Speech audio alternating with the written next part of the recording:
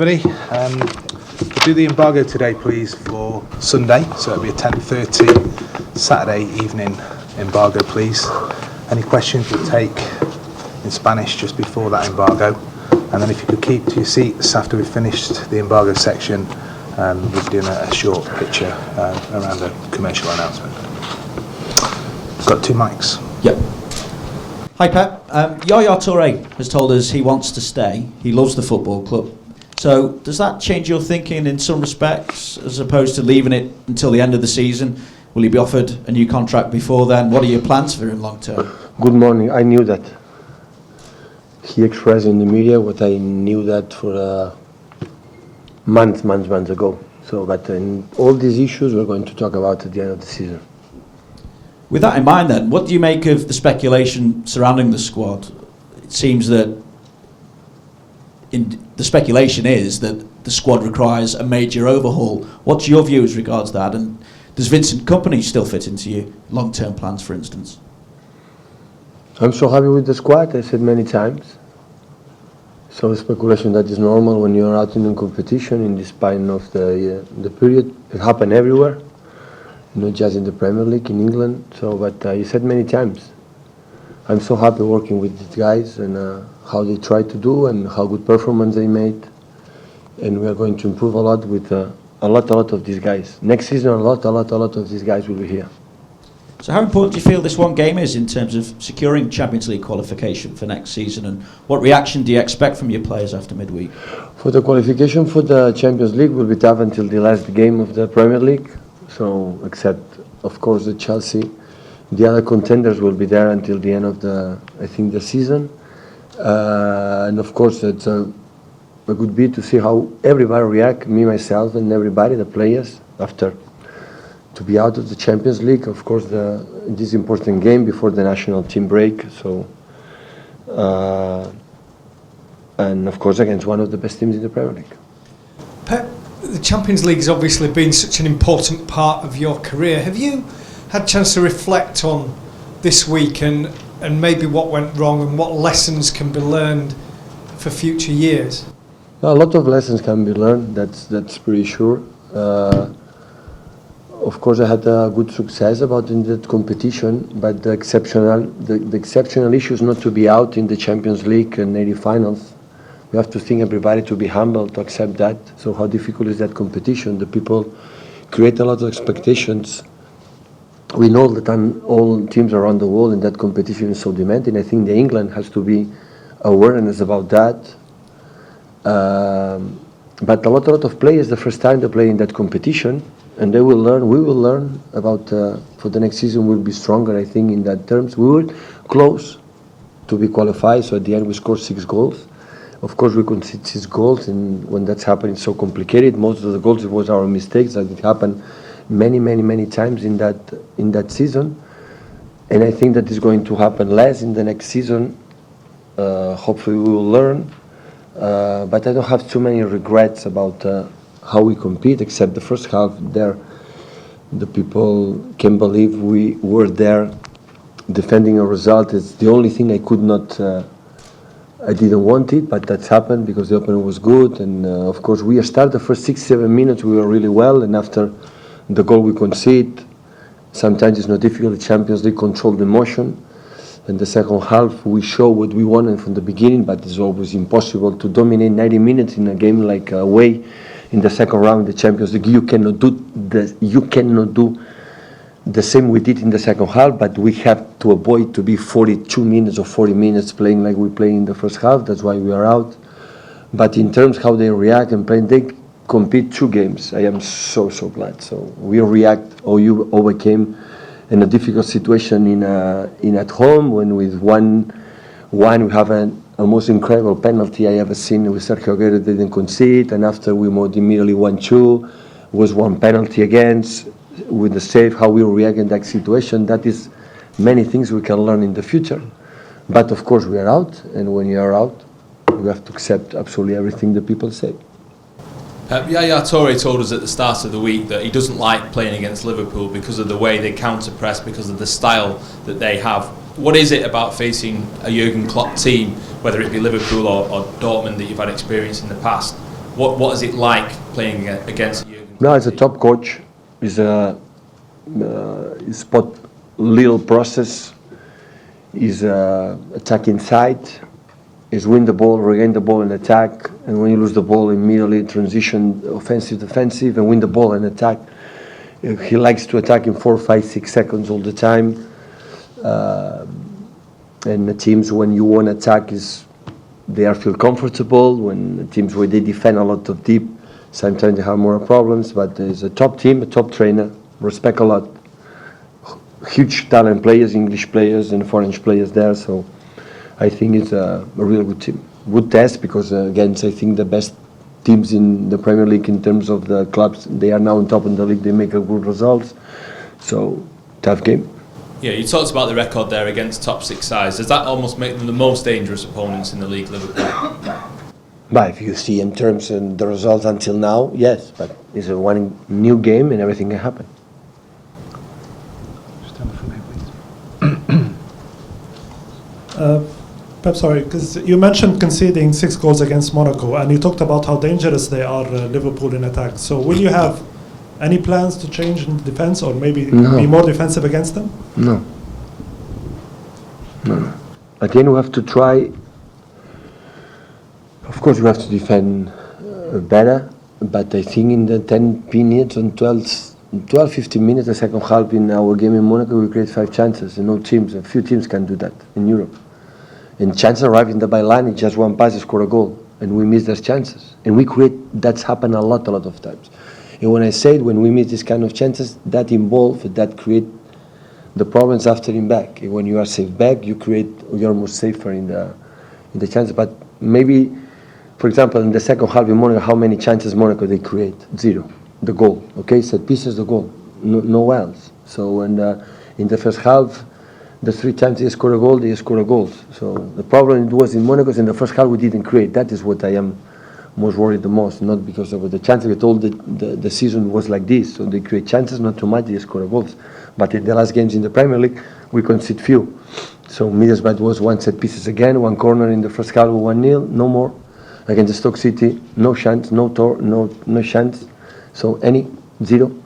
So we were so stable. But in Europe, against the best team in the world, and scoring goals in that season like Monaco, because it's not against us, it's all the team around the world, we knew that they were going to create the chances. When surprised the second half, they didn't create it. I knew that it would happen. That's why I tried to put in my mind, in the heart of my players, we have to attack. And in the first half, didn't happen. That's why the gap between the first and the second half was so big. That's why we were out.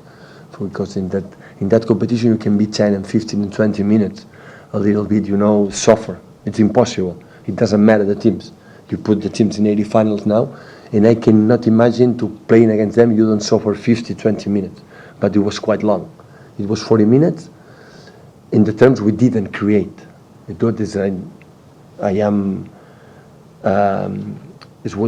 is one point I don't like this situation. The game was like this. So in the first 45 minutes, we didn't create the chance. So when that happened, it's impossible to go through. Hi, Pep. Hello. Just going back to Vincent Kompany, I believe you took him to Middlesbrough and to Monaco. He wasn't involved, he wasn't on the bench. May I ask you why that was? Because he's obviously a central defender, senior player. Maybe he could have helped you. Why leave him out? No, the reason why it was is because they didn't play games because he was injured, and put it in the field in maybe 20 minutes or 15 minutes, because I know after 2-1 I thought about that. Maybe we need the last minutes against tall players like Monaco, put it on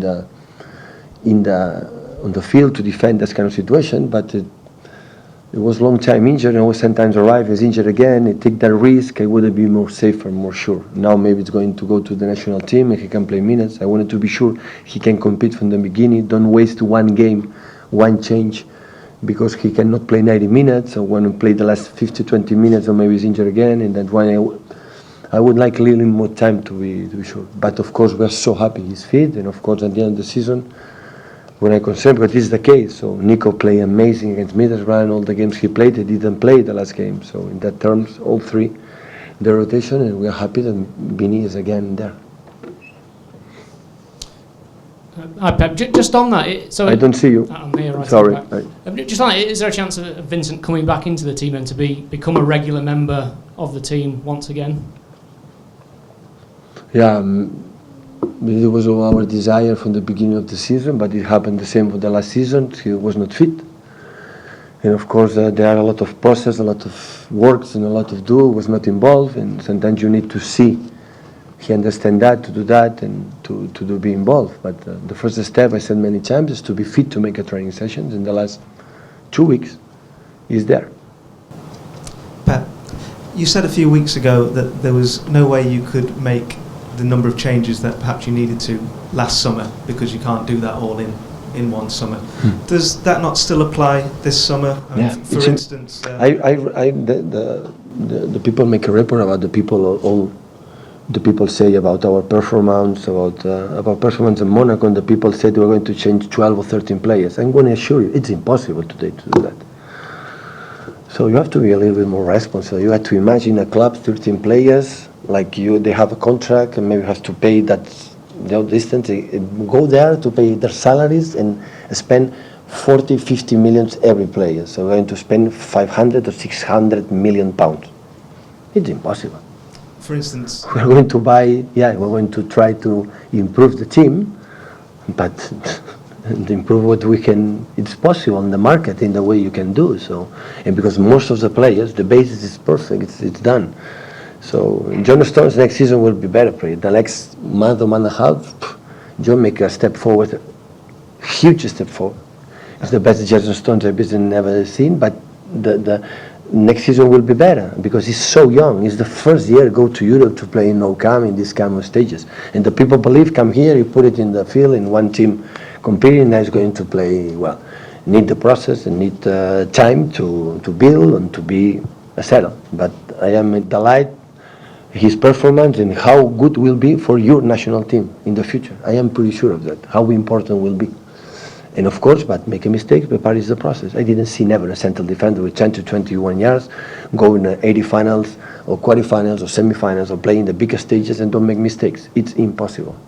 We have to create a good environment to him to get him better, to help him. I'm talking about John Stones and all the other examples, sorry. I take your point on John Stones, but you've got, for instance, 3 fullbacks who are out of contract. You've got Vincent Kompany, a centre-back who for 3 years now hasn't been able to play. That could mean 3 changes to your back 4. It's incredibly rare that a manager would ever do that in one summer and it to actually work.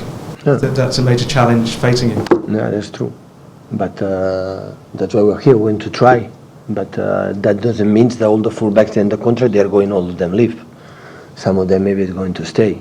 So we're going to do what you can do, but knowing that a lot of players, when talking, I don't know the average, but a lot of players are going to stay next season here to help us, but we believe in them. But they did really well. So I remember performance against Barcelona, against Monaco here, the second half in Monaco. And we are not a team like we show all the season, but that is not Monaco game. All the season we are not a team to stay 90 minutes a stable team. We are not, but we are new in many, many things, in the way we want to play. And a lot of players, they are new in the playing Champions League. Sterling is the second year, but the last year played few in the Champions League, a few minutes. So it's the first year, almost the first year. Sané is the first time playing the bigger stages. And the people believe you arrive here, we are going to. We were there, so close to qualify, because maybe we scored a goal, Leroy, with 2-1s, but that should be the 2-2, because we create 4 chances before to make 1 goal. So, but that is a process that I understand that people cannot understand, because in the big clubs, when Chelsea is going to play the next season the Champions League, or Tottenham is going to play, or we, or United, the teams, they are going to demanding to be there, and to win the Champions League.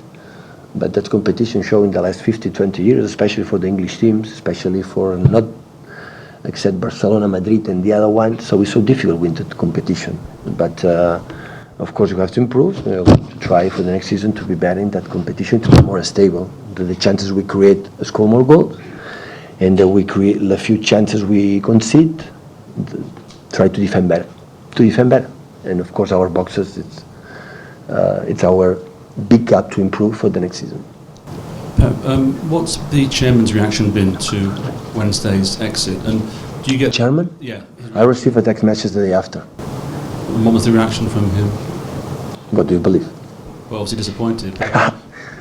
He preferred to be in the Champions League, was not there, but he always I close. I never, few times in my careers, I felt with Joan Laporta, my old president, so always I feel, always he's there, so close to the team, so close to me, but he knows, I know better than him how it works, that world. So when that happened, result that happened, so always we're going to take decisions, but always I feel, even in that season, in the good moments, the bad moments, especially in the bad moments, I realize his reaction. I'm really impressed. That's why I appreciate it a lot. I was going to say, do you think this setback makes him and the rest of the sort of hierarchy at the club? I explain. There's a need to strengthen this squad. No. Had you gone through that, it may have masked that situation, but going out, it kind of brings it to the fore, doesn't it? That you need to strengthen this squad considerably. Yeah, but except one team who maybe wins, the other team they're going to lose.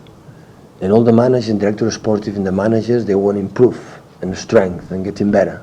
So maybe the team is going to win the triple or win the league and the Champions League. They're going to think, or maybe, oh, it's quite enough, we are making changes. But even the team is going to play the final of the Champions League, and they are not going to win, because this just can win once. That team are going to think about they have to improve that team.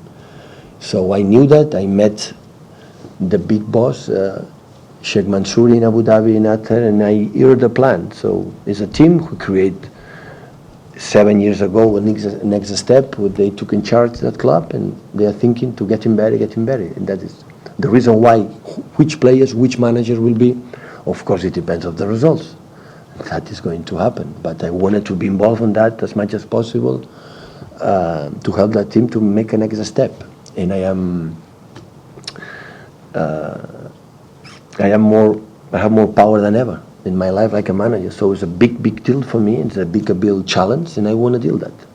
I want to see myself as if I am able to do that. That is my impression right now. Hola, Pep, ha dit Klopp fa una estona que per ells el City és el rival més difícil de jugar. Recordant també el partit d'anada, que ningú es va imposar a l'altre, com veus el de diumenge?